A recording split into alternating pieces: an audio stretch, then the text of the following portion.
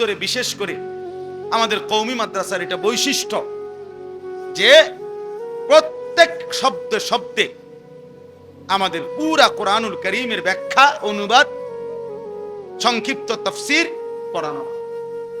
আলহামদুলিল্লাহ, আলহামদুলিল্লাহ।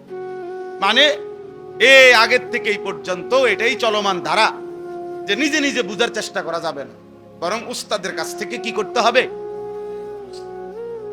বুঝতে হবে। মুআল্লিম এবং মুতাআল্লিম, ছাত্র এবং শিক্ষক, এই সম্পর্ক আজীবন থাকতে হবে। কেন? আমাদের নবী সাল্লাল্লাহু আলাইহি সাল্লাম নিজে বলছেন, বুইসতু মুআল্লিমা, আমি শিক্ষক হিসেবে প্রেরিত হয়েছি। অতএব নবী যেহেতু শিক্ষক, তো সাহাবায়ে কেরাম কি? ছাত্র। তাহলে শিক্ষক এবং ছাত্রের এই তর্জ, এই তরিকা নববী তরিকা। অতএব এর ভিন্ন অন্য কোন পদ্ধতিতে দ্বীন শিখলে হবে না। অন্য পদ্ধতিতে দ্বীন শিখলে, আমি এখন রিসার্চ করি, হুজুর ও নিজেও অনেক কিছু বুঝি, পণ্ডিতি মারেন। আমার জীবনে আমি তো হজে, উমরায়, বিভিন্ন সময় জেনারেল বহু মানুষের সাথে তো আমাদের সম্পর্ক, যেহেতু ওয়াইজের কারণে। যে কোনো লোক যদি আমার অনেক বলে, অনেক সময় এমন হয়, আরে ভদ্রলোক বলতেছে, হুজুর বিষয়টা অবশ্য আমিও জানি, আমারও আইডিয়া আছে, তারপরেও আপনার কাছ থেকে ওভার শিওর হতে চাচ্ছি, একটু শিওর হতে চাচ্ছি, আপনি কি মনে করেন? আমি সব সময় বলি যে আমি কিছুই মনে করি, আমার এই ব্যাপারে তেমন কিছু জানা নাই, আপনি যেটা শিওর হয়ে দিয়েছেন সেটা মনে হয়। আমি মাতবুরি করতে নাইছেন। হ্যাঁ, উনি সব জানে।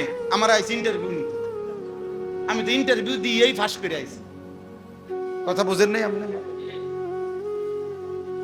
আমি তো সার্টিফিকেট আছে আমার কাছে, তো আমার উস্তাদরা তো বাইচা আছে, তো ভাই আপনি জিগাইলে তো চুরি করছে না করছে,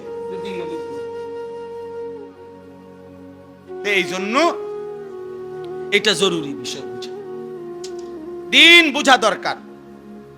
কিতাবুল্লাহ, আসমানি ওয়াহি, আল্লাহর কোরআন এবং রাসূলের সুন্নাহ থেকে, তবে রিজালুল্লাহ, আল্লাহর পক্ষ থেকে মনোনীত উলামায়ে উম্মতের মাধ্যমে, দুইটাই লাগবে।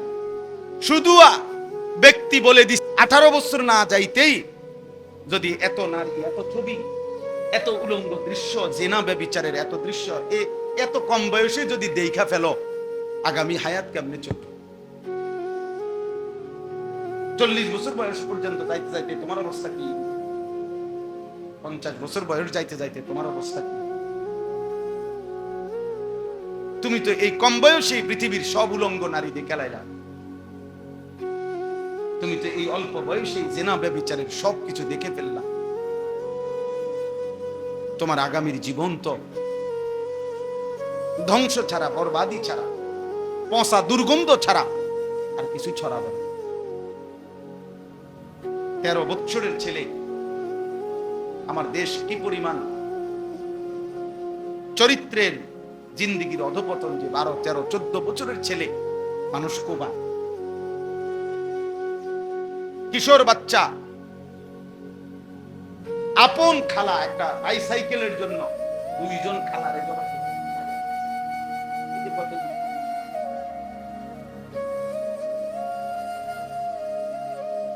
হ্যাঁ, বিষয়টা কি?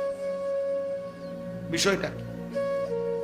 শহরে বন্দরে 14-15 বছরের কিশোর জ্ঞান, তার শরীরের চাইতে লম্বা সাফাতি দিয়া মানুষ কোবা।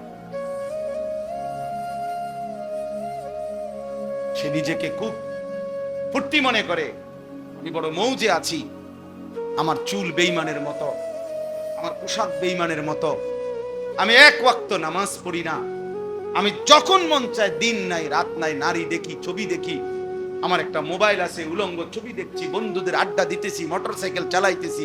কই এই পৃথিবীর কেউ নাই, আমার মা বাবা, আত্মীয় স্বজন, দেশ, বংশধর, একটা লোক নাই যে আমারে বাধা দিবে। আমার চাইতে বড় স্বাধীন আছে, সে মুক্ত, সে আজাদ, কেউ তাকে বাধা দেয় না, কেউ তাকে ফেরায় না, কেউ তাকে ডাকে না, আহারে বাপ তুই তো বরবাদ হয়ে যাচ্ছিস, এই বাপ তুই তো জাহান্নামের আগুনে জ্বলবি, হায় হায় তুমি তো অনন্তকালের আগুনে পুড়ে যাবা, এই কথাটুকু কেউ তার জন্য এক ফোঁটা চোখের পানি ফেলে না, কেউ তারে ফিরায় না। মা বাপ যেন নির্বাক তাকায় আছে, সন্তানের অধপতন চোখের সামনে দেখতেছে। মাও খায়, বাপেও খায়, ঘুমায়, সবাই সবার মতো চলতেছে, আর চোখের সামনে মানব সন্তান চরিত্রহীন, লম্পট, দুশ্চরিত্র হয়ে, চূড়ান্ত ভাবে বখাটে হয়ে জীবনটা শেষ করে দিচ্ছে। কেন এমন হলো যুবক? তোমাদের যাদের জীবনে সারা দিনে সারা বছরে 6 মাসে 9 মাসে কেউ তোমারে আল্লাহর দিকে ফিরায় না, তোমারে নামাজের কথা বলে না, আখিরাতের কথা বলে না, তোমার চরিত্র সুন্দরের কথা বলে না। কেন বলে না? কেন বলে না? খোদার কসম আমি মনে রাখবো বাপ, কারো মনে শুইনো না প্রয়োজনে, কিন্তু আমার এই কথা মনে রাখো, কারণ একটাই, তোমার উপরে আল্লাহর লানত পড়ছে।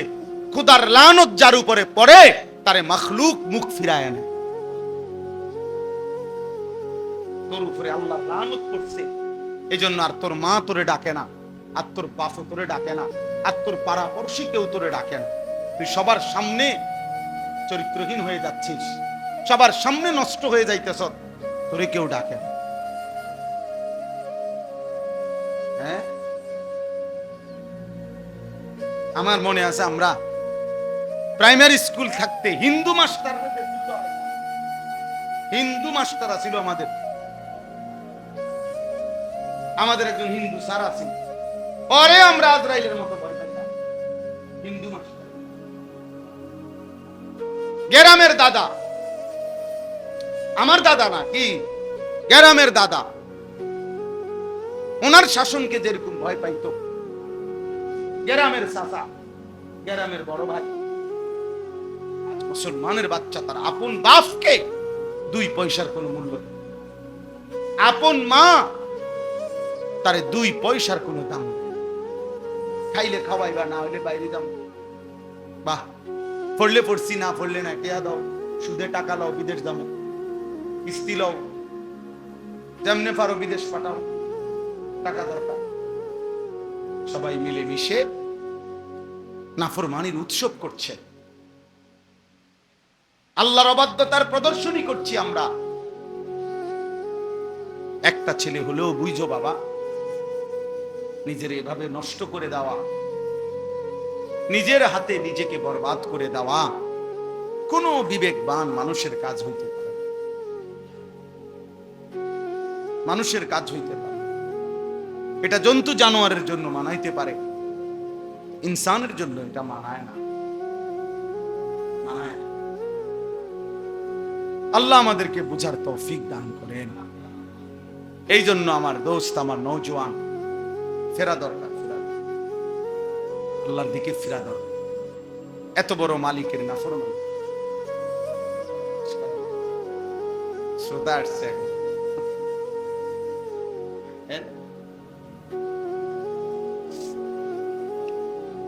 আপনার আরাম সুবিধা হয় বসে। তো আমার বাপ, আমার ভাই, প্রিয় ভাই, রাগ হইও না। নির্ধারিত কাউরে ধমক দেওয়া তো মাকসাদ না, নির্ধারিত কারোর সাথে তো কোনো দ্বন্দ্বও নাই ব্যক্তিগত ভাবে। তাহলে আমার উদ্দেশ্য এই কথাটা বলা, প্রত্যেকটা কিশোর যুবক তোমরা ভাইবো বাবা, তোমার এই অবস্থা কেন? যারা তোমারে না, যারা 1 ওয়াক্ত নামাজ পড়ো না বাপ, একটা বার হইলেও ভাইবো, তোমার কলজাটা এরকম পাথর হয়ে গেল কেন? যে তোমার 1 ওয়াক্ত নামাজ পড়তে মন চায় না। তুমি এত বড় জানোয়ার কেমনে হলে?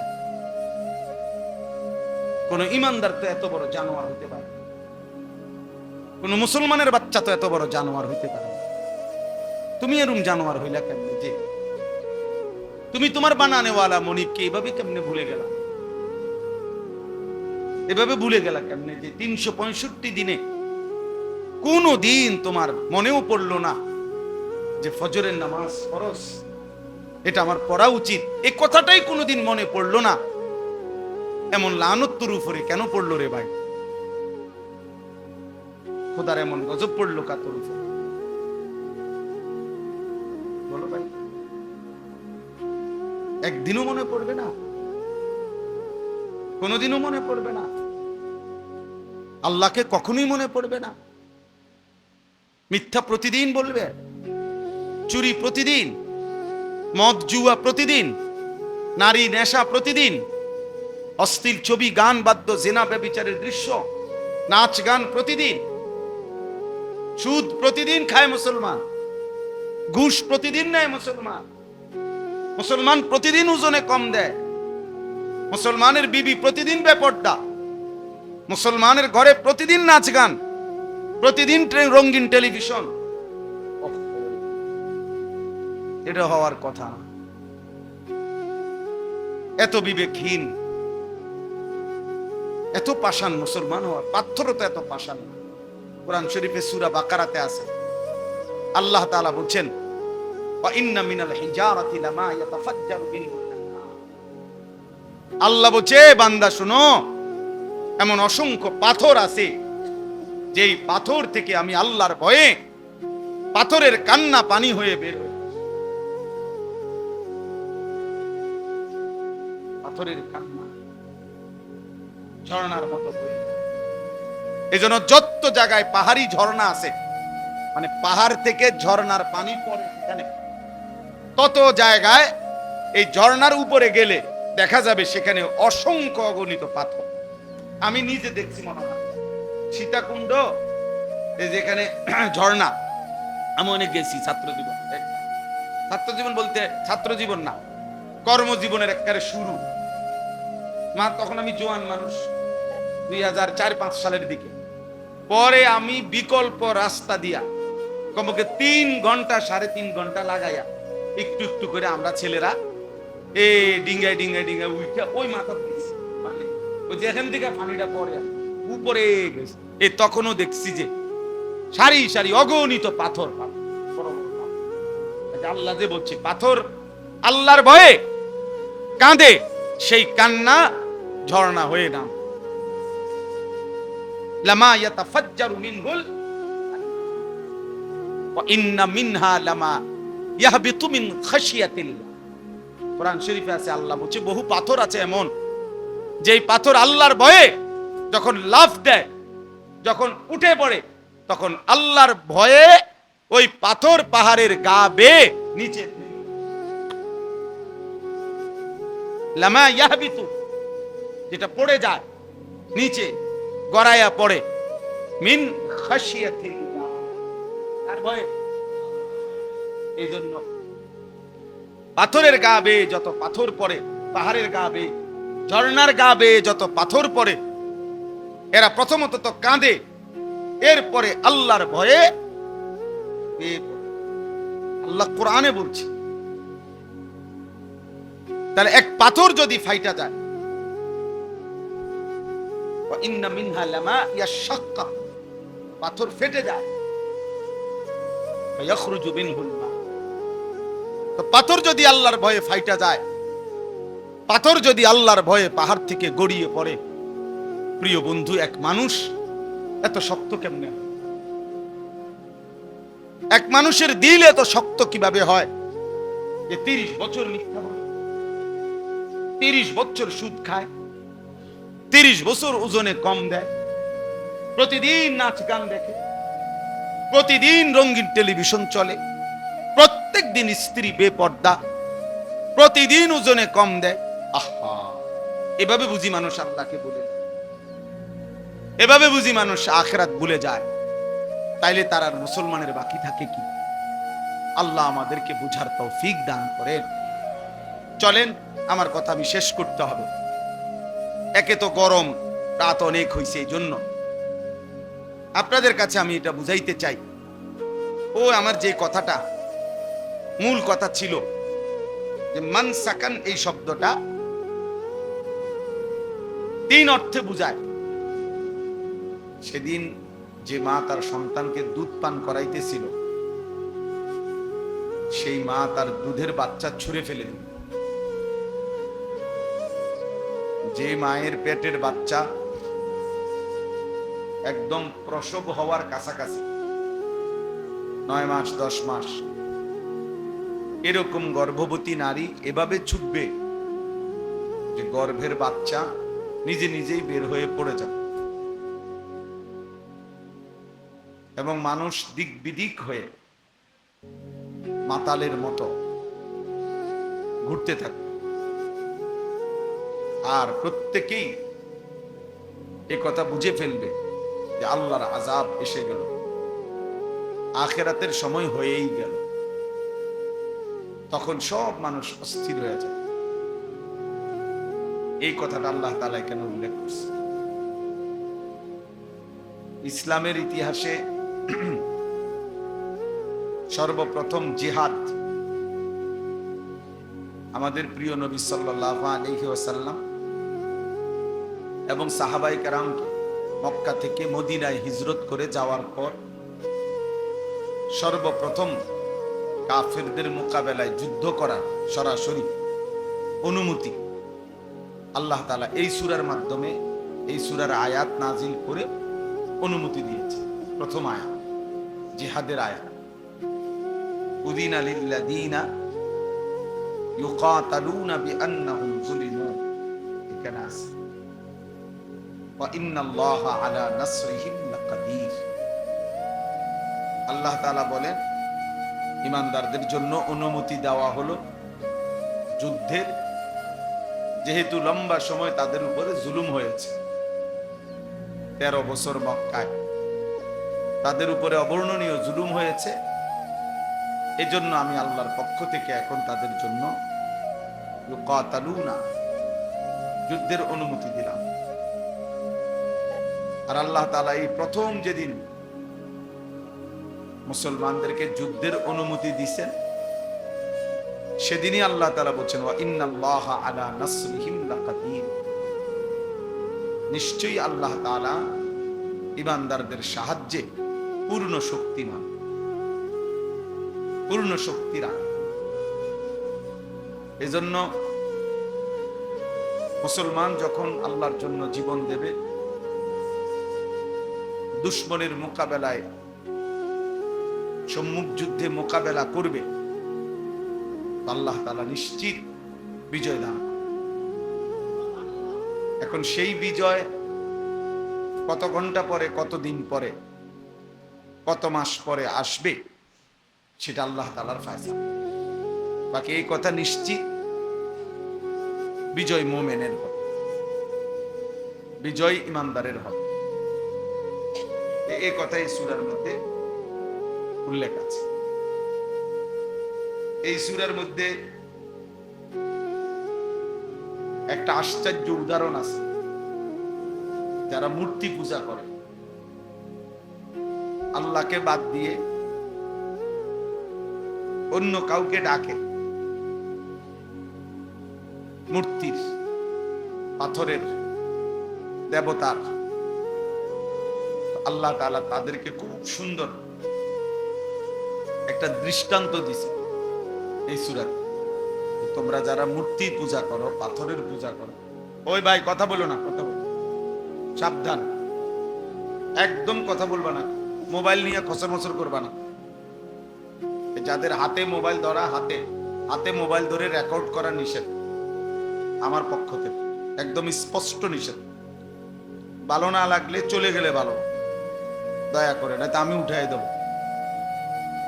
আমি এটা পছন্দ করি, সদরবদর মানুষ আমার পছন্দ করে। আমি কোনো এনে ভোটে দাঁড়াইছি না যে আপনার কাছে ইলেকশনের জন্য আসছি, আমি জনপ্রিয়তা দিয়ে এবার করবো। আমি তো ইলেকশনে দাঁড়াইতাম না, কোনো ইচ্ছাই নাই। আমি জোর করে কইল না, আপনি বলবেন আপনাদের দেয় কেউ না, দরকার নেই, দেওয়ানোরও দরকার, দেওয়ানোরও দরকার না, আমিও নিতাম না, কেউ আমার না। এই জন্য বললাম আল্লাহর কথা বলা, আল্লাহর কথা বলার জন্য আসছে। এই জন্য ভাইয়া খামখেয়ালি করা ঠিক। আল্লাহর ঘর মসজিদ সর্বোচ্চ আদবের জায়গা, সর্বোচ্চ শ্রদ্ধা, ভক্তি, সম্মান, মহব্বতের জায়গা। আল্লাহ নবী সাল্লাল্লাহু আলাইহি সাল্লাম বলেন, মসজিদের প্রতি যার প্রচন্ড ভালোবাসা, হাসরের দিন সে আল্লাহর আরশের নিচে ছায়া পাবে। এটা হাদিস। যেই 7 ধরনের ব্যক্তিকে কিয়ামতের দিন আল্লাহ পাকের আরশের ছায়া দেওয়া হবে, তন্মধ্যে একটা হলো ওই ব্যক্তি রাজুলুন কলবুহু মুআল্লাকুন বিল মাসাজিদ, যার অন্তর আল্লাহর ঘর মসজিদের সাথে লেগে আছে, মানে যার দিল পড়ে আছে মসজিদ, যার মন পড়ে থাকে মসজিদ। মানুষ বলে, মা ছিলাম যদিও বিদেশে, কিন্তু মন পড়েছিল তোমার কাছে। মানুষ বিবিকে বলে, ছিলাম যদিও বাহিরে, কিন্তু মন পড়েছিল তোমার কাছে, দিল পড়েছিল তোমার কাছে। এক মুমিনও যদিও কর্মের প্রয়োজনে বাহিরে যায়, কিন্তু সত্যিকার মুমিনের দিল, অন্তরাত্মা পড়ে থাকে মসজিদের মধ্যে। আবার আসবো কখন, আবার আমার মালিককে সেজদা দেব কখন, আবার আজান হবে কখন, আবার নামাজের ওয়াক্ত হবে। হাদিসের মধ্যে আছে, আমাদের প্রিয় নবী সাল্লাল্লাহু আলাইহি ওয়াসাল্লাম মাঝে মাঝে নামাজের ওয়াক্ত হইলেই সাথে সাথে তৎক্ষণাৎ হযরত বেলালকে বলতেন, বেলাল কুম, আরে দাঁড়াও না, আজান দাও, জলদি আজান, আরিহনা বিসসালাহ। আমরা আমাদের দিল নামাজের মাধ্যমে শান্ত করি, অর্থাৎ জলদি জলদি আজান দাও। নামাজ শুরু করতাম, আল্লাহকে সেজদা দেওয়া শুরু করব, দিল শান্ত হবে, রাহাত, আরিহনা, আরাম লাভ করব, প্রশান্তি লাভ করব বিসসালাত, নামাজের মাধ্যমে, নামাজের মাধ্যমে। তাইলে নবীজি সাল্লাল্লাহু আলাইহি সাল্লাম অস্থির হয়ে থাকতেন, আবার কখন আজান হবে, আবার কখন সেজদা দেব, আবার কখন নামাজ হবে। এটা মুমিনের সিফাত, মুমিনের বৈশিষ্ট্য, যে মুমিনের দিল মসজিদে পড়ে থাকে। এজন্য মসজিদের প্রতি হৃদয়ের টান, অন্তরের ভালোবাসা বহুত জরুরি, বহুত জরুরি, অনেক বড় গুরুত্বপূর্ণ। এজন্য ভাইয়া মসজিদে কোনো খামখেয়ালি না করে। যার কষ্ট হয় গরমে, বিরক্তিতে, যে কোনো রকমের, সে চলে গেলে বা আমার কোনো এতটা সংখ্যার কোনো কিছু নাই, যে লোক কম না বেশ, আমি এগুলা নিয়ে এতটা ভাবি, এত সময়ও নাই আমার, এত কিছু ভাববার টাইম। আল্লাহর জন্য বলতে থাকা, আমি বুঝি। আজকে আমরা আলহামদুলিল্লাহ দুপুর বেলা মাত্র 30 থেকে 40 জন হাজী সাহেবের জন্য প্রায় 2 ঘন্টা বয়ান। কোন হাজী ট্রেনিং এ আসছে, হাজী এর বাড়িব করতে নির্ধারণ করে। তাইলে আল্লাহর জন্য বলতে, সংখ্যা দিয়ে আমি করবো, বেশি না কম এটা কোনো বিষয়। আচ্ছা চলেন, তো বলতেছিলাম সূরা হজ্জের কথা, মনে আসেনি কোন সূরা? এই সূরাতে আল্লাহ তাআলা একটা চমৎকার উদাহরণ দিয়েছে। আল্লাহ বলছে, আচ্ছা হে মানুষ, তোমরা যারা আল্লাহকে বাদ দিয়ে মূর্তি দেবতার পূজা করো, আমি তোমাদের কাছে জানতে চাই, লান ইয়াখলুকু যুবাবান ওয়ালা বিজতামাউ লা, তোমরা তাদেরকে বলো যে তারা সবাই মিলে একসাথ হয়ে একটা মাছি বানায় দিতে, একটা কি বানায় দিতে, বড় আতি দরকার নেই, আতি লাগতো না, একটা কি বানাই দেব, মাছি বানায়। আল্লাহ বলেন লান ইয়াখলুকু যুবাবান, তারা তো একটা মাছিও বানাইতে পারে, ওয়ালা বিজতামাউ লা, এটা বানাইবার জন্য তারা যদি সবাই একসাথে হয়, যারা পৃথিবীর সব দেবতা সব মূর্তি একসাথে হলেও তো একটা মাছিও কি করতে পারবে না।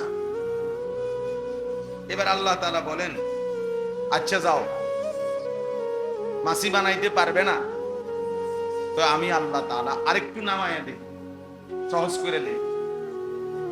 সেটা কি? ওয়া ইনয়াস লুবহুমুজ যুবাবু শাইআন লা ইয়াস্তানকিজুহু মিন। এবার আল্লাহ বলেন, তাহলে বলো যে যদি এই দেবতা মূর্তির গায়ে একটা মাছি পড়ে, তো তারে কও এই মাছিটা তারায় বানানোর দরকার নেই, এর গায়ে যে মশা বই মাছি বসে, তা এই মাছিটা একটু সরাই দিতে কও তারায়। আল্লাহ তাআলা বলেন লা ইয়াস্তানকিজুহু মিন, সে তো তার শরীর থেকে এই মাছিটাও সরাইতে পারে। আল্লাহ তাআলা বলেন দুফাত তালিব ওয়াল মাতলুব, অতএব তোমরা যারা চাচ্ছ দেবতার কাছে, তোমরাও দুর্বল, যার কাছে চাচ্ছ সেও কি দুটোটাই বেওকুফ। বুঝেন না? যার কাছে চাচ্ছ সেও দুর্বল, তুমি তো নিজেই দুর্বলই, যেহেতু তুমি দুর্বল দেখেই তো চাইতেছ। দুফাত তালিব ওয়াল মাতলুব, তালেব এবং মাতলুব। তালেব মানে প্রার্থী, যে চায়, মাতলুব মানে যার কাছে চায়, উভয়ই দুর্বল। তাহলে এই চমৎকার উদাহরণ দিয়ে আল্লাহ তাআলা কিয়ামত পর্যন্ত বলছে তোমাদের ওই মিথ্যা দেবতা, তোমাদের ওই মিথ্যা মূর্তি, তোমাদের ওই মিথ্যা পাথর, সে না কোনো মাছিও বানাইতে পারে, না নিজের গায়ে পড়া মাছি তারাইতেও পারে। তাহলে এতটা দুর্বল তাকে কেমনে তোমরা খোদা মনে করো, তাকে কিভাবে পূজা করো, তার কাছে কিভাবে প্রার্থনা করো। এইভাবে এই সূরার মধ্যে ইব্রাহিম আলাইহিস সালামের কথা আল্লাহ তাআলা উল্লেখ করছে। ইব্রাহিম আলাইহিস সালাম, আল্লাহ তাআলা বলছেন মিল্লাতা আবিকুম ইব্রাহিম হুয়া সাম্মাকুমুল মুসলিমিন। এই যে এই কথাটা আমরা এমনি অনেকেই জানি। আল্লাহ তাআলা বলছে তোমাদের মিল্লাতের পিতা, তোমাদের মুসলিম জাতি সত্তার পিতা ইব্রাহিম, তিনি তোমাদেরকে মুসলিম হিসাবে নামকরণ করেছেন। তো এই কথাইটা এই সূরার মধ্যে আছে, সূরা হজ, এই সূরার মধ্যে এরকম অনেকগুলো সুন্দর সুন্দর ছোট্ট ছোট্ট বিষয় এই ছোট্ট সূরার মধ্যে আছে। আর এখন কথা হলো সবচেয়ে বড় বিষয় যেটা এই সূরার আলোচ্য, এই সূরাতে বিস্তারিত আলোচনা আছে যে বিষয়ে, সেটা হলো হজ এবং কুরবানি সম্পর্কে। হজ এবং কুরবানি সম্পর্কে যে কয়েকটা সূরার মধ্যে বেশি আলোচনা, তার মধ্যে উল্লেখযোগ্য এই সূরা। এই সূরার মধ্যে আল্লাহ তাআলা হজ এবং কুরবানি সম্পর্কে বিস্তারিত আলোচনা করেছেন। সূরা বাকারার মধ্যেও আল্লাহ তাআলা হজ সম্পর্কিত আলোচনা করেছেন। ওইখানেও লম্বা আলোচনা আছে, আর এখানেও লম্বা আলোচনা আছে। তো আমি যে দুইটা আয়াত পড়ছি, এই দুইটা আয়াতের মধ্যে হজ সম্পর্কিত কথাও আছে, কুরবানি সম্পর্কিত কথাও আছে, আর আল্লাহর অনুগত বিনয়ী বান্দার সিফাত বৈশিষ্ট্য কি এই কথাও আছে। তো এবার চলেন এই দুই আয়াত আমরা শুনি। আল্লাহ তাআলা বলতেছেন 34 নম্বর আয়াতে সূরা হজ, ওয়ালিকুল্লি উম্মাতিন জাআলনা মানসাকান। এই হলো প্রথম কথা। আল্লাহ তাআলা বলেন, আল্লাহ তাআলা প্রত্যেক উম্মতের জন্য, প্রত্যেক জাতি গোষ্ঠী সম্প্রদায়ের জন্যই নির্ধারণ করেছেন মানসাক। মানসাক অর্থটা কি আমি বলতেছি একটু পরে, আগে এই শব্দটাই যেমনি আছে এমনি বলে। আল্লাহ তাআলা বলেন প্রত্যেক উম্মতের জন্য আমি আল্লাহ নির্ধারণ করেছি মানসাক। কি নির্ধারণ করেছেন? কে নির্ধারণ করেছেন? আল্লাহ। প্রত্যেক উম্মত, প্রত্যেক জাতি গোষ্ঠী সম্প্রদায়ের জন্যই আমি আল্লাহ মানসাক নির্ধারণ করেছি। এখন প্রশ্ন হলো এই মানসাক মানে কি? তো কোরআনে আর শব্দ এই শব্দটার দুইটা শব্দ, একটা হলো মানসাক আর একটা হলো নুসুক। আর এই মানসাক শব্দের বহুবচন হলো মানাসিক। এই তিনটাই কোরআনুল কারীমের মধ্যে ব্যবহার আছে। যেমন এখানে এখন শুনলেন ওয়ালিকুল্লি উম্মাতিন জাআলনা মানসাকান, সূরা বাকারার মধ্যে আছে। আল্লাহ তাআলা বলছেন ফাইজা কাদাইতুম মানাসিকাকুম, মানাসিক বহুবচন। আবার কোরআনুল কারীমের মধ্যে আছে ইন্না সালাতি ওয়া নুসুকি ওয়া মাহইয়ায়া ওয়া মামাতি লিল্লাহি রাব্বিল আলামিন। তাহলে কাছাকাছি শব্দ, নুসুক, মানসাক, মানাসিক, এই তিন শব্দেরই একই অর্থ। তিন শব্দেরই একই অর্থ। অর্থটা কি? অর্থ তিনটা। এই শব্দটির তিনটা অর্থ।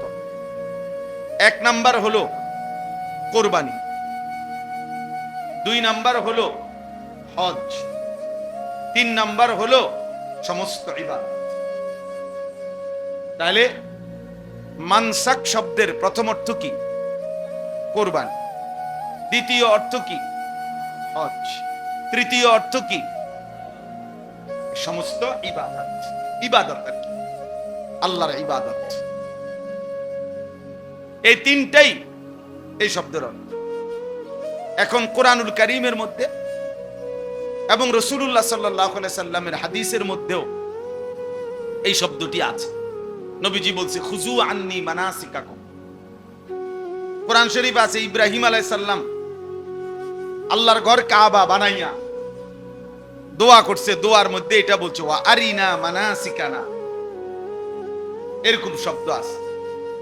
তাইলে মুফাসসিরিনে কেরাম, উলামায়ে কেরাম হাদিস এবং কোরআনে পূর্বাপর কথার, কোরআনের এই কথাগুলোর আগ পিছ মানে সামনের বক্তব্য এবং পিছনের বক্তব্য, এগুলো বিশ্লেষণ করে দেখে, পূর্বাপর দেখে কোথাও বলছেন কোরবানি এই অর্থ প্রাধান্য পাবে, কোথাও হজ এই অর্থ প্রাধান্য পাবে, কোথাও ইবাদত এই অর্থ প্রাধান্য পাবে, এই অর্থ প্রাধান্য। যেমন এইখানে ওয়ালিকুল্লি উম্মাতিন জাআলনা মানসাকান, আল্লাহ বলেন আমি প্রত্যেক জাতির জন্য নির্ধারণ করেছি মানসাক। তো তিনটাই অর্থ, কথা বলেন, তিনটাই অর্থ কি না? অর্থ কি? আমি প্রত্যেক উম্মতের জন্য কোরবানি নির্ধারণ করেছি, আমি প্রত্যেক জাতির জন্য হজ নির্ধারণ করেছি, আমি প্রত্যেক জাতির জন্য আমার ইবাদত নির্ধারণ করেছি।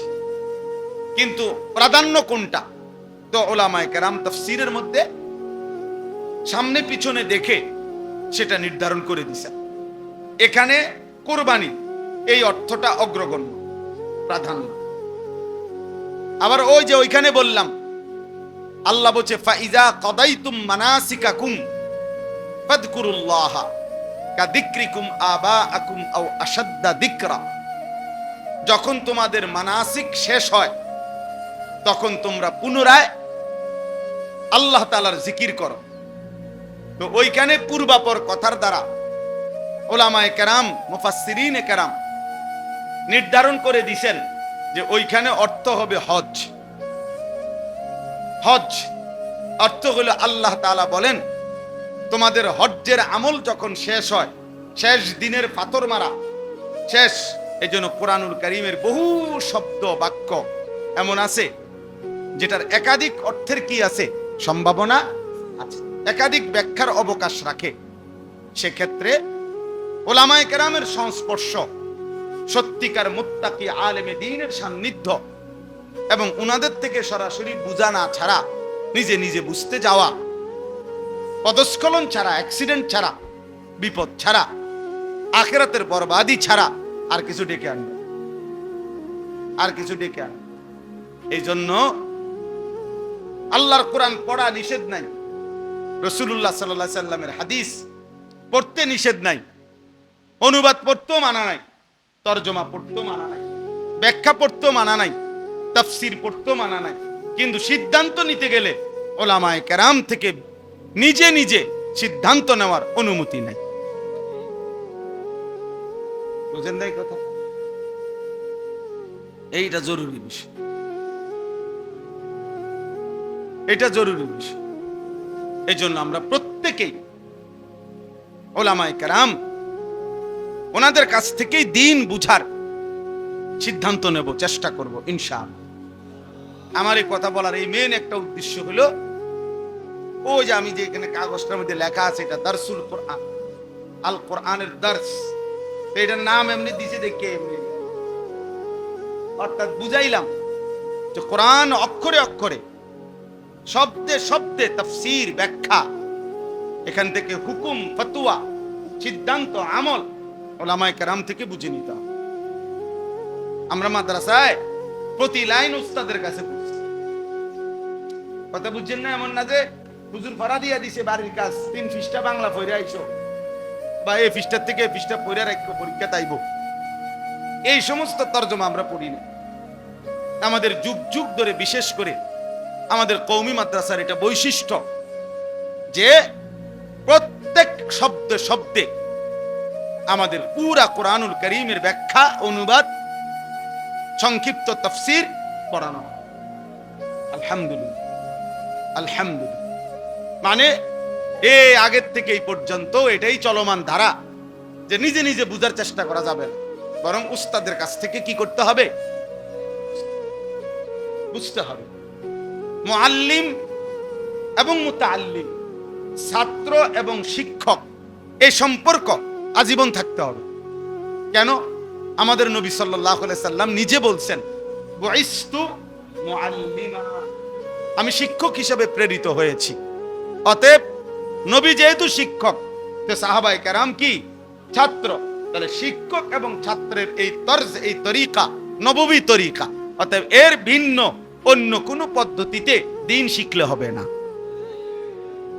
অন্য পদ্ধতিতে দিন শিখলে, আমি এখন রিসার্চ করি হুজুর, ও নিজেও অনেক কিছু বুঝি, পণ্ডিতি মারে। আমার জীবনে আমি তো হজে, উমরায়, বিভিন্ন সময় জেনারেল বহু মানুষের সাথে তো আমাদের সম্পর্ক, যেহেতু ওয়াইজের কারণে, যে কোনো লোক যদি আমারে অনেক বলে, অনেক সময় এমন হয়, আরে ভদ্রলোক বলতেছে, হুজুর বিষয়টা অবশ্য আমিও জানি, আমারও আইডিয়া আছে, তারপরেও আপনার কাছ থেকে ওভার শিওর হতে চাচ্ছি, শিওর হতে চাচ্ছি, আপনি কি মনে করেন? আমি সব সময় বলি যে আমি কিছুই মনে করি, আমার এই ব্যাপারে তেমন কিছু জানা নাই, আপনি যেটা শিওর হয়ে নিছেন সেটা মনে করেন। আপনি মাতবুরি করতে নাইছেন। হ্যাঁ, উনি সব জানে। আমার আইসি ইন্টারভিউ নিতে, আমি তো ইন্টারভিউ দিয়েই ফাঁস করে আইছি। কথা বুঝেন নাই আপনি? আমি তো সার্টিফিকেট আছে আমার কাছে, তো আমার উস্তাদরা তো বাইচে আছে, তো ভাই আপনি জিগাইলে চুরি করছে না করছে, এই জন্য এটা জরুরি বিষয় বুঝা, দিন বুঝা দরকার। কিতাবুল্লাহ, আসমানি ওয়াহি, আল্লাহর কোরআন এবং রাসূলের সুন্নাহ থেকে, তবে রিজালুল্লাহ, আল্লাহর পক্ষ থেকে মনোনীত উলামায়ে উম্মতের মাধ্যমে, দুইটাই লাগবে। শুধু ব্যক্তি বলে দিছে, এর কোনো কোরআন সুন্নাহর সাথে কোনো সম্পৃক্ততাই নাই, তাইলেও হবে। কথা বলেন না কেন? আবার কোরআন সুন্নাহর কথাটা কে বুঝাইতে চাইছে, এটা যদি আল্লাহ পাকের এই মনোনীত যুগ যুগ ধরে উলামায়ে উম্মত ব্যাখ্যা করে না দেয়, তাহলে নিজে নিজে বুঝতে যাওয়া, এটাও বরবাদি, এটাও পেরেশানি, এটাও মুসিবত, এটাও মুসিবত। আল্লাহ তাআলা আমাদেরকে প্রান্তিকতা থেকে হেফাজত করে। এবার আসেন বাকিটা শুধু তর্জমা বলি, তাইলে কথা শেষ। আল্লাহ তাআলা বলেন, ওয়ালিকুল্লি উম্মাতিন জাআলনা মানসাকান, প্রত্যেক উম্মত, জাতি গোষ্ঠীর জন্য আমি আল্লাহ কোরবানি নির্ধারণ করেছি। ওই যে এখানে মনে আসেনি কি কইছিলাম, যে প্রাধান্য পাবে কোন অর্থ লিয়া। এখন আল্লাহ তাআলা বলেন, যদি বান্দা জিজ্ঞাসা করে যে আল্লাহ কোরবানি আপনি কেন নির্ধারণ করছেন, কোরবানির মাকসাদ কি? তা আল্লাহ তাআলা বলেন, গোশত খাওয়া মাকসাদ, গরু কমায়া দেওয়া, ছাগল কমিয়ে দেওয়া পৃথিবী থেকে, এটা মাকসাদ না।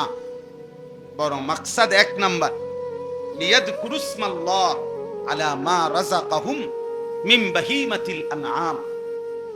কোরবানির দিনে নির্ধারিত হালাল যেই চতুষ্পদ প্রাণী, যেগুলো আমি আল্লাহ আমার রাসূলের মাধ্যমে অনুমোদন দিয়েছি, গরু, ছাগল, ভেড়া, বকরি, দুম্বা, মহিষ, নাকি উট, যেগুলো আমি আল্লাহ অনুমোদন দিয়েছি, সেই হালাল চতুষ্পদ প্রাণী জবাই করবার মুহূর্তে সবাই মিলে যে আমি আল্লাহর নাম উচ্চারণ করে, আল্লাহু আকবার বলে, তাকবীর দেয়, আমার নাম বলে, আল্লাহ বলে, বান্দা বিশ্বাস করো, আমার এই বুলন্দ নাম উচ্চারিত হবে, আমার নাম দিক দিগন্তে আলোচিত হবে, উচ্চ কণ্ঠে আমার ধ্বনি উঠবে, আমি এই জিকির, এই স্মরণ, আমার এই আওয়াজ, আমার এই নামের বুলন্দ ধ্বনি শুনবার জন্যই আমি আল্লাহ কোরবানি দিলাম।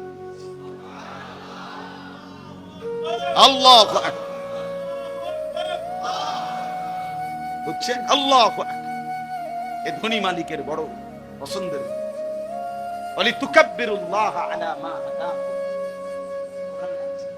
আল্লাহ বলছে, আমি যে তোমাকে হেদায়েত দিছি, আমি যে তোমাকে ইসলাম দিয়েছি, আমি যে তোমাদেরকে নিয়ামত দিয়েছি, আমি যে তোমাদেরকে জান্নাতের সন্ধান দিছি, আমি যে তোমাদেরকে মুমিনের ঘরে দিছি, আমি যে তোমাদেরকে রমজানের রোজা দিয়েছি, আমি যে সবে কদর দিয়েছি, আমি যে ইতিকাফ দিয়েছি, আমি যে ইফতার সাহারিতে নেকি দিছি, আমি যে তারাবিতে নেকি দিছি, এই যে এত কিছু জান্নাতের জন্য আমি আল্লাহ যে তোমগরে বলে দিলাম, পথ দেখাইয়া দিলাম, বলি তুকাব্বিরুল্লাহ, এই খুশিতে তাকবীর দাও,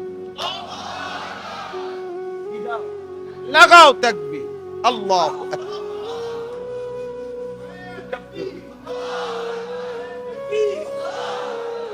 বলি তুকাব্বিরুল্লাহ। এই জন্য রমজানের চাঁদ উঠলে ঈদুল ফিতরের দিন ঈদুল ফিতরের নামাজ পড়া পর্যন্ত আমল কি?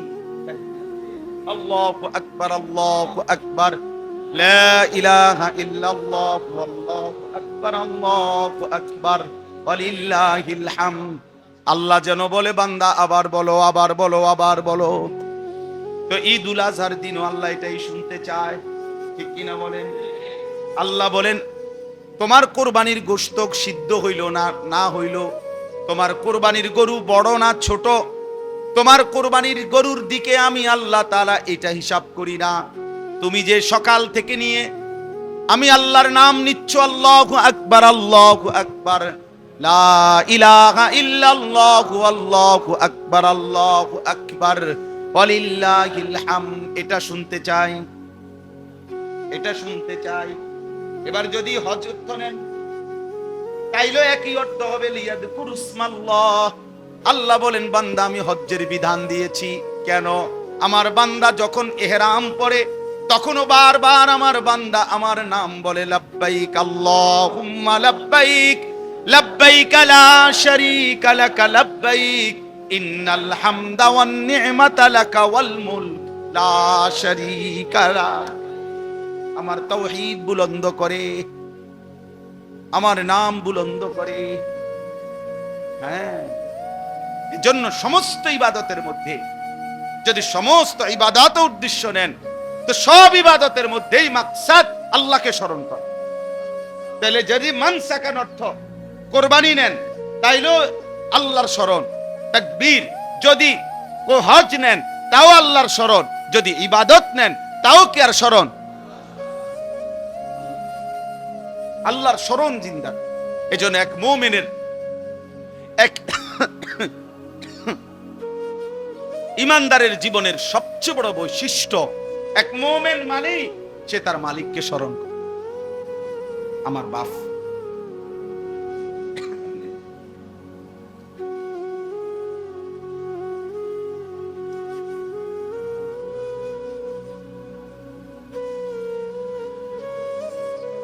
এজন্য পুরা কোরআনে আছে এটা বারবার, ফাইদা কাদাইতুমুস সালাতা ফাযকুরুল্লাহা কিয়ামান ওয়া কুউদান ওয়া আলা জুনুবিকুম। রব্বুল আলামিন বলে, যখন নামাজ আদায় করেছো, এখন কি করবা? লম্বা একটা ঘুম দাও, আল্লাহ বলে না, ফাদকুরুল্লাহ কিয়ামান ওয়া কুউদান ওয়া আলা জুনুবিকুম, দাঁড়িয়ে বসে শুয়ে যে অবস্থায় থাকো না কেন, আমি আল্লাহর জিকির করো, আমার নাম বুলন্দ করো, আমারে ডাকো। রব্বুল আলামিন বলে, ফাইদা কুদিয়াতিস সালাতু ফান্তাশিরু ফিল আরদি ওয়াবতাগু মিন ফাদলিল্লাহ ওয়াদকুরুল্লাহা কাসীরা। নামাজ শেষ হয়েছে বান্দা, ঠিক আছে, মসজিদ থেকে বের হও, জমিনে ছড়িয়ে পড়ো, যার যেখানে রিজিক আছে রিজিকের তালাশে কর্মের ময়দানে ছুটে পড়ো। তবে বান্দা স্মরণ করো, ওয়াদকুরুল্লাহা কাসীরা। যেখানেই যাও, বাসে কিংবা গাছে, হাটে কিংবা বাজারে, ঘরে কিংবা বাহিরে, ব্যবসায় কিংবা চাকরিতে, আমি আল্লাহকে বেশি বেশি স্মরণ করো। আমারে ভুলো না, আমারে সঙ্গী বানাও। ফাইদা কাদাইতুম মানাসিকাকুম ফাযকুরুল্লাহ কাযিকরিকুম আবাআকুম আও আশাদ্দা যিকরা। আল্লাহ বলেন, হজ্জের সব কাজ যখন শেষ হয়ে যাবে, এখন কি করবা? এখন কম্বল কিনবা, কম্বল কিন, আজি সাহেব শুধু কম্বল কিন, শুধু কম্বল, শুধু মুসল্লা, শুধু কম্বল, শুধু গোরে আর গোরে।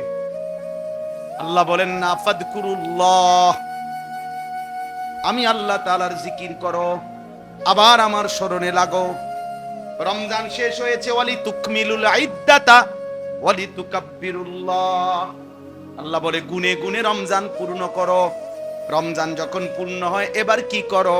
ওয়ালি তুকাব্বিরুল্লাহ, আমার তাকবীর বলো, তাকবীর বলো। হর হর আমল, প্রত্যেক আমল ভাইয়া মালিকের চাওয়া, বান্দা আমল যখন যেটা দিছি তখন সেটা করো, বাকি জিকির আমারে ছাইরো না, আমার ডাক তুমি ছাইরো না।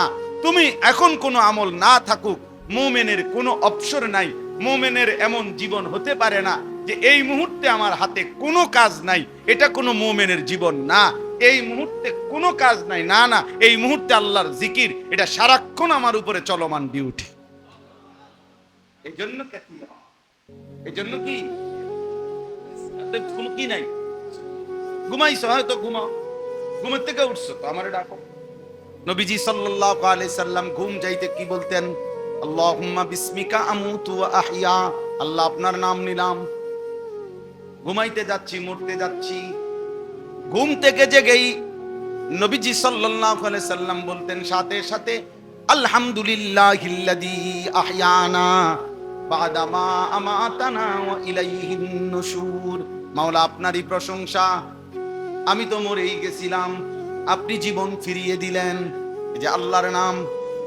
বাথরুমে ঢুকবার আগে যেন আল্লাহকে বলছে, আল্লাহ একটু পরে বাথরুমে ঢুকবই, এইটুকু সময় তো তোমারে ডাকা যাবে না, টয়লেট বাথরুমে, ঠিক আছে মাওলার জন্য শুরুতে ডেকে নিলাম। হ্যাঁ, আল্লাহুম্মা ইন্নী আউযু বিকা মিনাল খুবুসি ওয়াল খাবাইস, আগে ডেকে নিলাম। বের হইতেই সাথে সাথে রব্বুল আলামিন শিখাইছেন, নবীজি পড়ছেন, মাওলা আপনাকে কেমনে ভুলে থাকি, গফরানাকাল হামদুলিল্লাহিল্লাযী আযহাবা আন্নিল আদা ওয়া আফানি। আবার মাওলার নাম, কার নাম? এজন্য রব্বুল আলামিন বলেন, মান শাগালাহু যিকরি আন মাসআলাতি আতাইতুহু আফদালা মিম্মা উতিয়াস সাইলিন। আমার কোন বান্দা যদি আমি আল্লাহর জিকির বেশি বেশি করতে গিয়ে যদি আমার কাছে দোয়া করতেও ভুলে যায়, যদি আমার কাছে নিজের প্রয়োজন বলতেও ভুলে যায়, আমি আল্লাহ ওয়াদা দিলাম, সব মানুষ চাইয়া আমি আল্লাহ থেকে যা নিয়েছে, আমার জিকিরকারী বান্দাকে আমি তার চাইতে বেশি দেব।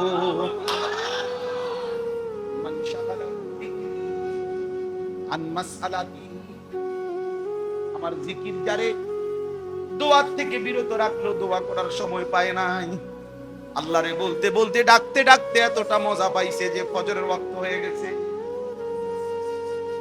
সুবহানাল্লাহ, আলহামদুলিল্লাহ, আল্লাহু আকবার, লা ইলাহা ইল্লাল্লাহ। বারবার আল্লাহকে ডাকছে, আল্লাহ আল্লাহ আল্লাহ আল্লাহ আল্লাহ। বন্ধু আমার, হাদিসের মধ্যে আছে বান্দা যখনই আল্লাহকে ডাকে রব্বুল আলামিন সাথে সাথে বান্দাকে ডাকে। কোরআনেও তো আছে আযকুরুনি আযকুরকুম, তুমি ডাকো বান্দা আমিও তোমারে ডাকবো। এখান থেকে জমিন থেকে বান্দা বলে আল্লাহ, রব্বুল আলামিন আর শাজিম থেকে বলে বান্দা। বলো না বান্দা আমি তো আছি, বলো না লাব্বাইক ইয়া আবদি, ও বান্দা আমার আমি হাজির, বলো। ইযা সাআলাকা ইবাদি আন্নী ফাইন্নী করিব, আমার বান্দা যখন কোনো কিছু চায় আমি আমার বান্দার একদম কাছে চলে আসি। আমি যেন কাছ থেকে শুনতে চাই, বল না বান্দা কি কি দরকার, বলো না বান্দা। উজিবু দাওয়াতাদ দাঈ ইদা দাআনি, যখনই আমার বান্দা ডাকে আমি আল্লাহ প্রতিটা ডাকেই জবাব দিয়ে থাকি। সুবহানাল্লাহ, কত আয়াত দরকার। উদউনি আস্তাজিব লাকুম ইন্নাল্লাযীনা ইস্তাকবিরুনা আন ইবাদাতি সায়াদখুলুনা জাহান্নামা দাখিরিন। আল্লাহ বলেন আমার কাছে চাইতে, আমারে ডাকতে যে অহংকার করে, মানে ডাকতে চায় না, খোদার কসম বন্ধু আল্লাহ বলছেন তারে লাঞ্ছিত করে বেইজ্জতি করে আমি জাহান্নামে ঢুকাবো। সায়াদখুলুনা জাহান্নামা দাখিরিন, তোরে আমি বেইজ্জতি করমু। এজন্য যুবক মনে রাখো, 3টা বাজে বাইরে হইছ, রাতের 11টা বাজে ঘরে ঢুকছ, 8 ঘন্টা এমন কিছু বন্ধু নামের দুষ্ট শয়তানের লগে আড্ডা দিছ। এই শয়তানগুলো 8 ঘন্টায় না তুমি না তোমার বন্ধু নামের এই শয়তান কারো মুখ দিয়ে একবার আল্লাহর নাম বেরোচ্ছে। কি বন্ধুর সাথে আড্ডা দিলা? এমন শয়তানের লগে আড্ডা দিলা কেন? এমন জানোয়ারের সাথে আড্ডা দিলা কেন যে নাফরমানের মুখ দিয়ে 8 ঘন্টায়ও তার মালিকের নাম আসলো না? অথচ 3টা থেকে 11টা এই সময়ের মধ্যে তো 3 ওয়াক্ত নামাজ চলে গেছে না? এই 8 ঘন্টার মধ্যে আসরের আজান হইছে, এই 8 ঘন্টায় মাগরিবের আজান হইছে, এই সময়ের ভিতরে এশার আজান হইছে। কই বন্ধু নামের শয়তান কেন মনে করাইলো না? এজন্য কোরআনে আছে বহু নাফরমান ব্যক্তি হাসরের ময়দানে নিজের আঙ্গুল এরকম দাঁত দিয়া কামড়াইয়া ছিঁড়ে ফেলবে আর আফসোস করবে আর বলবে ইয়া লাইতানি লাম আত্তাখিজ ফুলানান খলিলা, হায় আফসোস আমার মন্দ কপাল, ওই দুষ্টটাকে আমি কেন বন্ধু বানাইলাম। যদি তাকে বন্ধু না বানাইতাম লাকাদ আদাল্লানি আনিদ যিকর বা'দা ইদ জাআনি, আমার কাছে আজান আসছিল, আমার কাছে কালেমার আওয়াজ আসছিল, কিন্তু এই বন্ধু নামের এই শয়তান আদাল্লানি আনিজ যিকরি, এ আমারে আল্লাহর জিকির থেকে পথহারা করে। এই শয়তান আমারে পথহারা করেছে। ওই আমারে একবারও আল্লাহর নাম বলতে দেয় নাই, ওই নিজেও বলে নাই, আমারও। আমার শায়েখ আল্লামা মুফতি মুশতাকুর নবী সাহেব, আমার জীবনে আমি বহু দেখছি, হুজুরের সাথে আমি লম্বা সফরে গেছি, কত লম্বা 8 ঘন্টা 10 ঘন্টার সফর। যখনই হুজুরের সাথে কোনো গল্প করতে চাইছি, গল্প মনে করেন এমনি গল্প, তার বাজে কথা না, প্রয়োজনীয় কথাই মনে করেন একটু এমনের কি গল্পর আকারে। যখনই হুজুরে দেখে গল্প জোরাইতে আছি, মানে গল্পের বাইল করছি মাত্র, হুজুর সাথে সাথে বলে মাওলানা 10 বার কুল হু আল্লাহ পড়লে জান্নাতে একটা ঘর হয়, চলেন কয়টা ঘর বানাই। মানে দিল আরে আলহামদুলিল্লাহ, আমার গল্পটার উপরে কি দিয়ে দিল? আলহামদুলিল্লাহ দিল। এইটা হুজুরে কয় 10 বার কুল হু আল্লাহ পড়লে কি হয়? জান্নাতে একটা কয়, চলেন দুজনে কয়টা ঘর বানাই, মানে জান্নাতে। তার মানে কি? তার মানে কুল হু আল্লাহ পড়েন, কথা বন্ধ করেন, বন্ধ করেন। এই আমাদের কুমিল্লার বটগ্রামের হুজুর আল্লামা নুরুল হক সাহেব, যারা তাকে দেখছে জানে, আমি জীবনে কমপক্ষে 10 বছর ধরে আসছি ওনারে লাগাতার। আমি এই 10 বছরে কোনো দিন ওনারে দেখি নাই প্রয়োজনের অতিরিক্ত এক শব্দ কথা বলতে। প্রয়োজনের কথা শেষ, উনি অন্য কাজে ব্যস্ত, হয়তো উঠে গেছে। আপনার জিঙ্গাইতেও না যে আমি যাই, কথা শেষ। আল্লাহকে নিয়ে থাকা, এই আজকে এটাই রাত হইছে অনেক, কেন জানি বেশি বলা হয়ে গেছে। সেলিম ভাই আসাতে পারছে, যাই হোক, লিয়াযকুরুসমাল্লাহ। তাহলে কুরবানি বলেন, হজ বলেন, নামাজ বলেন, জিন্দেগিতে সব এক এক সময় এক একটা ইবাদতকে আল্লাহ এভাবে সাজাইছেন। আমার শায়েখ বলে, মজার বিষয়, একটা সুন্দর কথা শুনেন। হুজুরে বলে, এটা আল্লামা মুফতি মুশতাকুর নবী কাসিম হুজুর বলে যে ভাইয়া সবই হলো চিনি, দুধ, হ্যাঁ, এই পানি মিশাইয়াই সবগুলো মিষ্টি বানাইছে। সবগুলোর মধ্যেই উপাদান দুধ, চিনি, পানি, ঠিক না? কিন্তু বিচিত্র মানুষের স্বাদের জন্য, বিচিত্র মজা আনার জন্য একটার নাম দিছে সন্দেশ, একটা নাম দিছে রসমালাই, একটা নাম দিছে কাঁচা গোল্লা, একটা নাম দিছে চমচম, হ্যাঁ, একটা ছানা বালুসা, একটার এই নাম ওই নাম, কিন্তু সবগুলো মিলাইয়া মূলত দুধ, চিনি, পানি। এত কিছু না কইরা একটা বড় কইরা ফুটবলের মতো মিষ্টির একটা ছাক্কা বানাই দিলে তো আসছে, বুঝেন না? অথবা আরো বড় ছাইয়া যে এটা একবারে তোমারে বানাই দিলাম, এটার থেকে একেবারে হাত দিয়ে কামড়া কামড়াইয়া যখন যে দূর লাগে খাইবা, ঠিক না? কিন্তু এই বৈচিত্র্যতা আসতো না তখন, ঠিক কিনা বলেন না কেন?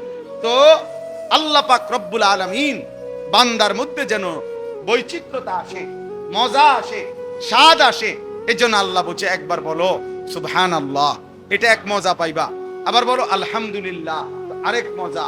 এবার বলো আল্লাহু আকবার, তো আরেক মজা। এবার বলো লা ইলাহা ইল্লাল্লাহ, এবার বলো আস্তাগফিরুল্লাহ, এবার বলো সাল্লাল্লাহু আলাইহি ওয়াসাল্লাম, এবার বলো মাশা আল্লাহ, এবার বলো নাউযু বিল্লাহ, এবার বলো আস্তাগফিরুল্লাহ, এবার বলো ইন্না লিল্লাহ। বলতে থাকো, এক এক আইটেমে বলো, তো আলাদা আলাদা ভিন্ন ভিন্ন, কিন্তু ঘুরে ফিরে সবগুলোর মূল মাকসাদ আল্লাহ। লিয়াযকুরুসমাল্লাহ, রবের নাম জিন্দা করা। কার নাম? আল্লাহ। ফাইলাহুকুম ইলাহুন ওয়াহিদ ফালাহু আসলিমু, অতএব তোমাদের ইলাহ কেবলই একজন। কয়জন? ফালাহু আসলিমু, কাজেই আমার বান্দা সেই আল্লাহর দিকেই ঝুঁকে পড়ো, সেই আল্লাহর কাছেই নিজেকে সমর্পণ করো। ওয়াবাশশিরিল মুখবিতিন, আল্লাহ বলে বন্ধু আমি আল্লাহর প্রতি অনুগত বিনয়ী যত বান্দা, আমার এমন প্রতিটা বান্দাকে জান্নাতের সুসংবাদ দিয়ে দেন। আল্লাযীনা ইদা যুকিরাল্লাহু ওয়াজিলাত কুলুবুহুম, আল্লাহ বলেন কেমন বান্দা বিনয়ী, কেমন বান্দা আমার অনুগত, কেমন বান্দার জন্য জান্নাতের সুসংবাদ। এক নম্বরে হলো আমি আল্লাহর জিকির যখন করে, সাথে সাথে যখন তাদের অন্তর আমি আল্লাহর ভয়ে কাঁপতে থাকে, তাদের জন্য জান্নাতের সুসংবাদ। দুই নম্বরে ওয়াস-সাবিরিনা আলা মা আসাবাহুম, প্রতিটা দুঃখ কষ্ট যন্ত্রণা পেরেশানি, প্রতিটা ঝামেলায় যে আমি আল্লাহর উপরে সবর করে ধৈর্য ধারণ করে, তার জন্য জান্নাতের সুসংবাদ। তিন নম্বরে ওয়াল মুকিমিস সালাহ, 5 ওয়াক্ত নামাজ যে ঠিকমতো আদায় করে, আমার এমন অনুগত বান্দার জন্য জান্নাতের সুসংবাদ। 4 নম্বরে ওয়া মিম্মা রাযাকনাহুম ইউনফিকুন, আমি আল্লাহর দেওয়া রিজিক থেকে যারা আমার রাস্তায় খরচ করে, হজ ফরজ হলে হজ করে, যাকাত ফরজ হলে যাকাত দেয়, কুরবানি ওয়াজিব হইলে কুরবানি দেয়, আবার সাদাকাতুল ফিতির ওয়াজিব তো সাদকায়ে ফিতির আদায় করে, দান করে, সাদাকা করে, অভাবী গরিব দুস্থ অসহায় এতিম বৃদ্ধ নারী, প্রতিটা বিপদগ্রস্ত প্রতিটা দিনই কাজে যে দান করতে থাকে, আল্লাহ বলেন এমন বান্দার জন্য জান্নাতের সুসংবাদ।